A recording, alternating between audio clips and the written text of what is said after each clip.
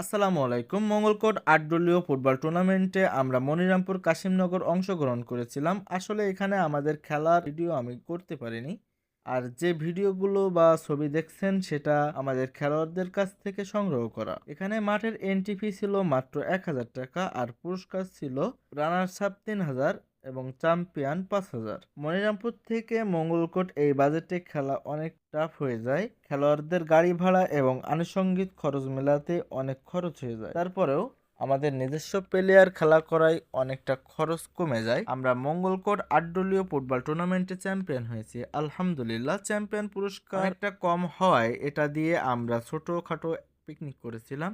সেখানে উপস্থিত ছিল আমাদের প্রিয় বড় ভাইয়েরা এবং খেলোয়াড়রা। রান্না করেছিলেন জালাল ভাই, তিনি খুব সুন্দর রান্না করেন।